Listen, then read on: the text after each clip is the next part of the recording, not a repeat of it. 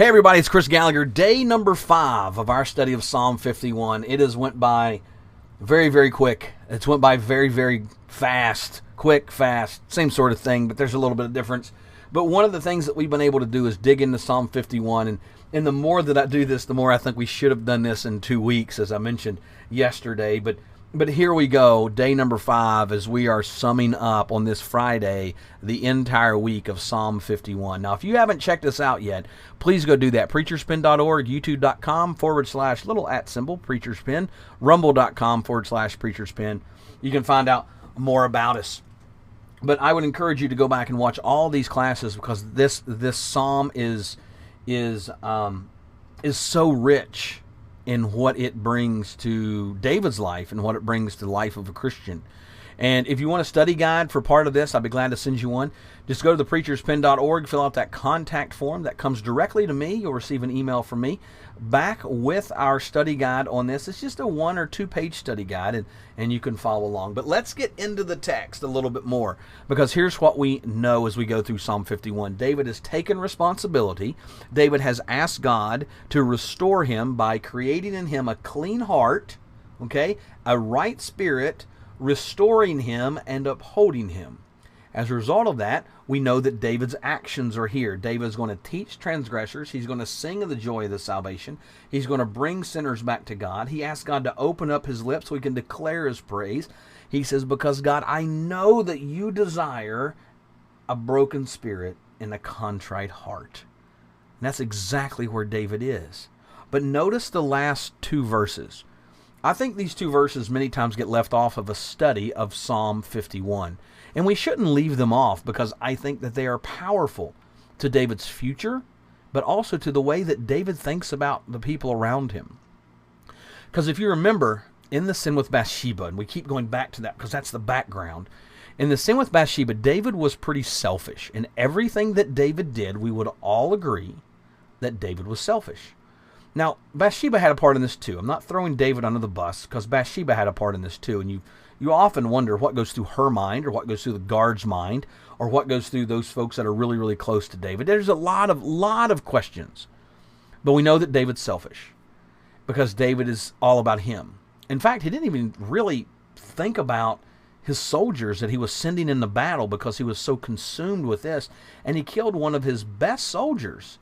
He wasn't thinking about not only the sin or what it was going to do to Uriah and to Bathsheba and to the nation, but David wasn't even taking into consideration the people. Do you know why? Because David wanted something. And when David wanted it, he was going to go after it with all of his heart, with all of his soul, and he was going to go against God.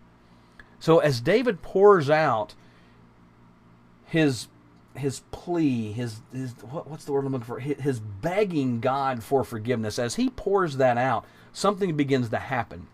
And what begins to happen is David opens up his entire life to God. His entire life, David opens, and he wants God to take care of him. But these last couple verses that we have here, verse 18 and verse 19, speak of the goodness of God. And why? Because David knows that God will forgive him. I truly think that. Why would he even go to God if he didn't? David knows that God is going to forgive him. David knows that God is going to take care of him. In fact, listen to these words of the last 2 verses of Psalm 51. It says, do good to Zion in your good pleasure. Build up the walls of Jerusalem. Then you will delight in right sacrifices and burnt offerings and whole burnt offerings, and bulls will be offered on your altar. What's David talking about? Because he turns this discussion. He doesn't just say, hey, look at me, but then he says, do good to Zion in your good pleasure. Do good to your people. David takes responsibility, pleads to God for restoration. David's going to take for some actions, and now David begins to look at the people.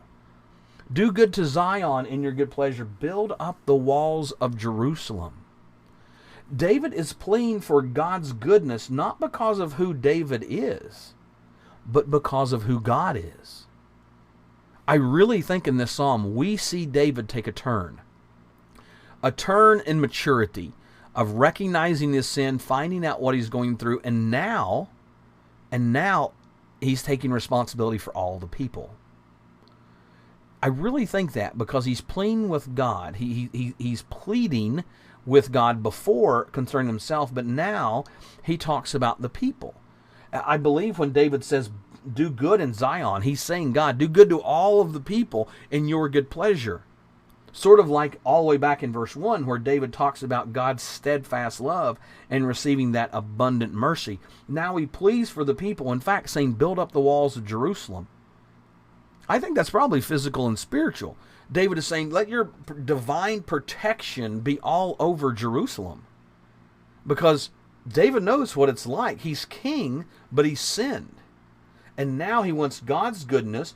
He wants God's protection in this. Build up those walls. And notice what he says next. It goes back to what we talked about yesterday, which was Thursday. He says, then you will delight in right sacrifices and burnt offerings and whole burnt offerings. And bulls will be offered upon your altar. David is pleading for healing.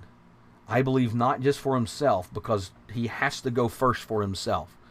Just as the priests, when they offered sacrifices in the Old Testament, the priest had to go in, and I would read the book of Hebrews. It's such a beautiful, beautiful book about this, that the priests had to go in first to offer sacrifices for themselves, and when they did that, then they would offer sacrifices for the people.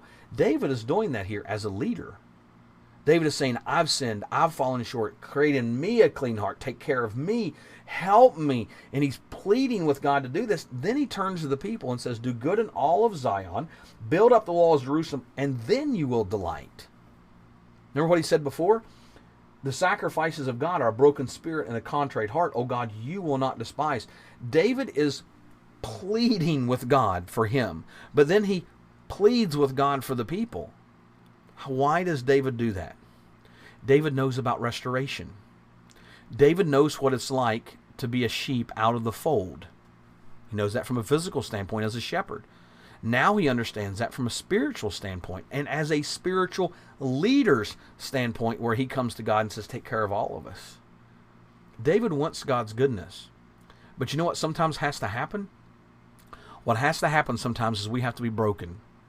We have to be broken. We have to have our spirit broken. We have to have our spiritual bones broken. And we have to, in our life, we have to look to the one person who's going to be able to do that, just as David did.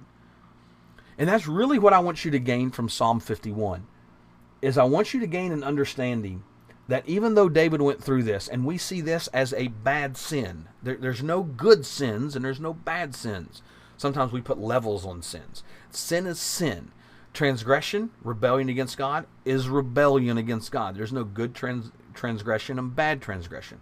When you look at iniquities, there's no good offenses and no bad offenses. It's offenses before God.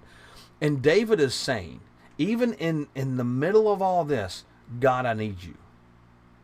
And what we can do in our life as we've been broken, as we've had maybe broken spiritual bones, broken hearts, broken spirits, what do we do and where do we run?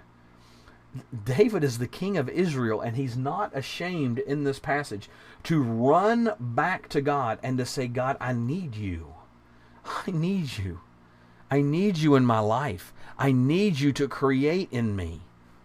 Maybe that's where you are. Maybe you're at a very troubled place. Maybe you're at a very problematic place. But David appeals to God to have his sins cleansed. We know that God will do the same for us. We know that David appeals to God for his mercy. We know that God will give that to us. David appeals to God for his restoration, and we know that we can have God's restoration. David has asked for a renewed spirit, a renewed soul, a restored soul. We know that God will do that. So if we know that God will do that, are we going to him? Or maybe why? Why aren't we going to him? We need to go to him. We need to run to him, and we need to be like people like David, not because of the sins, but because of the way that David went to God. We need to be a people after God's own heart, who are merciful, who are graceful, who are people of steadfast love. We need to run to our God. So, the final question of the week is this: do you need to go to God? And if so, are you? I hope that you are. Once again, feel free to reach out to us on our website, preacherspen.org. You can go to the contact page that's there. But please, if you will, sign up for our newsletter. It comes out every Wednesday. You can also see a prayer request page. If you have a prayer request, we'll be glad to help you out. But as always, go check out our website. And I hope that you have a blessed day, and we look forward to talking to you soon. Be blessed.